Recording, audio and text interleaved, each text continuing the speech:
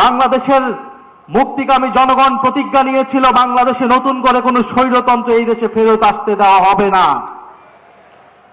সেই প্রতিজ্ঞা থেকেই বাংলাদেশের সংস্কারের কার্যক্রম শুরু হয়।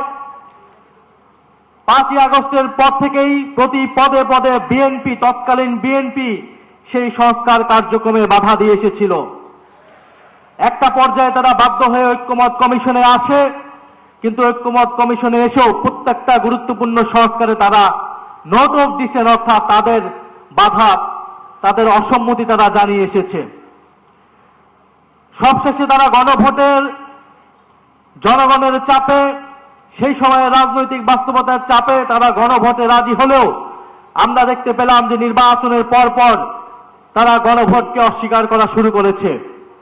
যেই বিএনপির জন্ম হয়েছিল গণভোটের মাধ্যমে, সেই বিএনপি আজকে জুলাই গণ অভ্যুত্থান পরবর্তী গণভোটকে অস্বীকার করছে। পারতপক্ষে বিএনপি তার অস্তিত্বকেই অস্বীকার করতে শুরু করে দিয়েছে।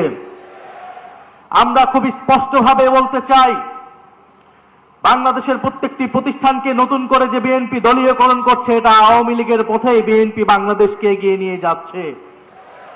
বিএনপি যদি আওয়ামী লীগের পথে, পুরনো স্বৈরাচারের পথে এই দেশকে এগিয়ে নিয়ে যেতে চায়, তাহলে বাংলাদেশের জনগণ আবারও রুখে দাঁড়াবে, বাংলাদেশের তরুণ সমাজ আবারও রুখে দাঁড়াবে, বাংলাদেশের জুলাই গণ অভ্যুত্থানে অংশগ্রহণকারী প্রত্যেকটি ছাত্র জনতা আবারও রাজপথে দাঁড়াতে বাধ্য হবে।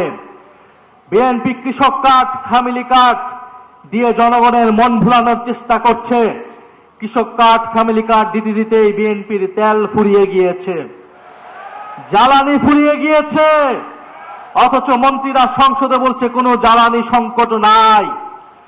বাস্তব সমস্যাকে অস্বীকার করছে, অর্থনৈতিক সমস্যাকে অস্বীকার করছে, দেশে আইন শৃঙ্খলার যে ক্রমান্বয়ে অবনতি হচ্ছে সেটাকে অস্বীকার করছে বর্তমান সরকার।